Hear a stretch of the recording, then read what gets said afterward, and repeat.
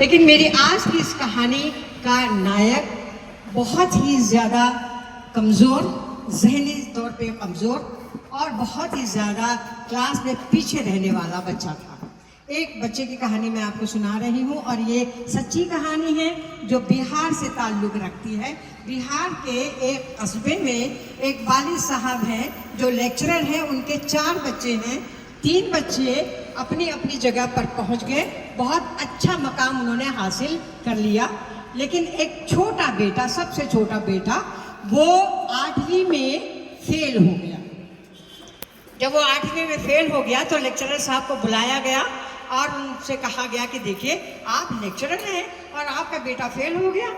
उन्हें बड़ी शर्मिंदगी महसूस हुई और उन्होंने कहा, अल्लाह से दुआ की, उस दिन नमाज पढ़ी और अल्लाह से दुआ की, या अल्लाह मेरे इस बच्चे को नेक तौफीक अता फरमा कि मेरी कम से कम मेरी बेइज्जती ना हो समाज में।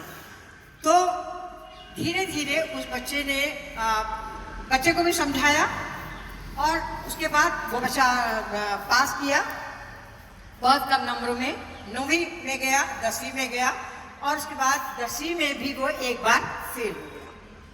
ठीक, फिर माँ बाप परेशान हो गए, फिर उसको समझाया गया, फिर थोड़ी सी उसने मेहनत की और वो 12वीं उसने जैसे तैसे पास की।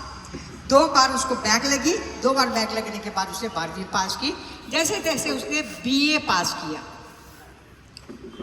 अब क्या हुआ, BA उस समय BSc ऑनर्स में हुआ करता था और उसमें कुछ साइंस के सब्जेक्ट भी रहा करते थे। तो ये हुआ कि जैसे तैसे उस बच्चे को बड़ी मुश्किल से पॉलीटेक्निक में एडमिशन मिल गया। ठीक, अब पॉलीटेक्निक में एडमिशन मिल गया, उसने 3 साल का कोर्स पूरा किया और उसके बाद में उसको एक छोटी सी कंपनी में, प्राइवेट कंपनी में छोटी सी नौकरी मिल गई।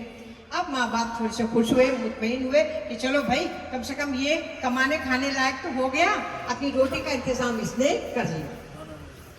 यहाँ तक बिल्कुल स्मूथ चलता रहा, लेकिन वो बच्चा ट्रांसफर पर दूसरे गांव गया, अकेला रहने लगा। वहाँ पर वो कुछ दोस्तों के ताल्लुक में आया। एक बार अपने वालिद साहब को उसने फ़ोन किया और कहा कि अब्बा जान, मैं IAS का एग्ज़ाम देना चाहता हूँ। अब्बा जान, मैं IAS का एग्ज़ाम देना चाहता हूँ। अब्बा जान शॉक कि अरे ये बच्चा जो 8वीं में 2 बार फेल हो चुका, 10th में फेल हो चुका, 12th में फेल हो चुका, मुश्किल से इसने ग्रेजुएशन किया, ये कहता मैं IAS बनूंगा।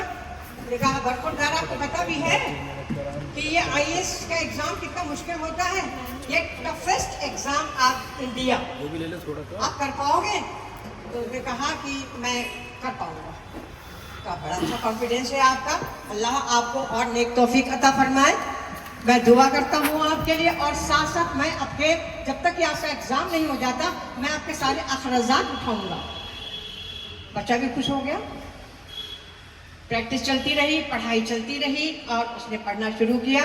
पढ़ना किसके साथ शुरू किया? अपने एक दोस्त के साथ। होता ऐसा है कि हमारे माँ बाप हमारी ज़िंदगियाँ बनाते हैं, है ना, लेकिन हमारे अतराफ के लोग भी हमारी ज़िंदगी को कामयाब बनाने में बहुत बड़ा रोल अदा करते हैं। उसमें होते हैं हमारे उस्ताद, हमारे दोस्त और हमारे आसपास का माहौल।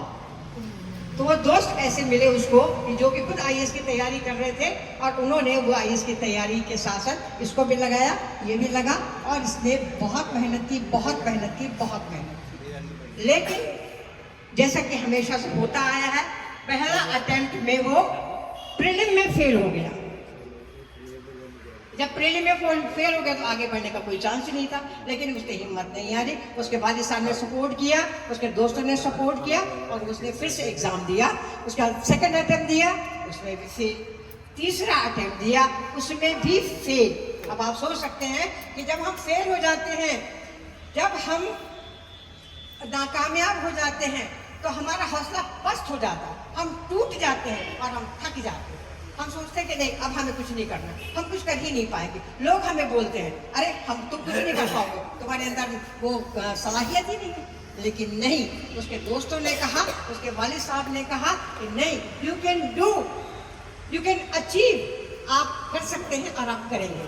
और यकीन जानिए कि चौथे अटेम्प्ट में उस बच्चे ने प्रीलिम निकाला, प्रीलिम निकालने के बाद में उसने मेन निकाला, और जब इंटरव्यू हुआ तो इंटरव्यू का जब रिजल्ट आया, अब आप देखिए 4 बार पढ़ने के बाद मतलब इतना उसका सारा कुछ इतना घुट गया था कि अगर सो नींद में भी उठा दिया जाता तो वो क्वेश्चन का जवाब दे देता। वो इतना ज़्यादा अपने आप को उसने तैयार कर लिया था। इसीलिए मैं एक दोहा आपको ये बताती हूँ कि करत करत अभ्यास ते जड़ मटी होत सुजान, रसरी आवत जात ते सिल पर परत निशान। अगर आप कोशिश करते हैं तो दुनिया में कोई काम ऐसा नहीं है जो नामुमकिन हो और आप कामयाब ना हो सके। जब उसका रिजल्ट आया, आप यकीन जानिए, this is the main theme of the story. उसने अपने दोस्त से पूछने, दोस्त ने कहा कि आपका रिजल्ट आ गया। उसने कहा मुझे पता है। उसने ये नहीं पूछा कि क्या मैं पास हुआ हूँ या मैं फेल हुआ हूँ। उसने कहा मुझे बताओ मेरे रैंक क्या है। अब आप सोचिए, इतना कॉन्फिडेंस उसके अंदर आ गया कि उसको ये मालूम था कि मेरी रैंक क्या होगी। उसको उसका रैंक बताया गया और पता ये चला कि वो IAS के लिए सेलेक्ट हो। तो बच्चों, मैं आज आपको ये बताना चाह रही हूँ कि हम हारते अपने पड़ोसी से नहीं, अपने कुलीग से नहीं, हम हारते अपने आप से। हम अपने आप से हारते हैं और हम ये सोच लेते कि नहीं मैं नहीं कर पाऊंगा, मुझे कुछ आता ही नहीं, मैं आगे बढ़ नहीं सकता। नहीं, आप वाहिद ऐसे शख्स हैं जो बहुत कुछ कर सकते हैं। जो आपने सोचा है वो आप करके दिखा सकते हैं। आज का दिन बहुत मुबारक दिन है। आज के दिन आपको अहद करना है, करेंगे कि मुझे एक कामयाब इंसान बनना है। और आज आप अहद करेंगे मुझे बनना क्या है। मुझे डॉक्टर बनना है, मुझे इंजीनियर बनना, मुझे कारी साहब बनना है, मुझे मौलाना साहब बनना है। Whatever you want to do, उसके लिए आप मशक्कत करेंगे, मेहनत करेंगे। ठीक है, समझ में आ गया? शुक्रिया।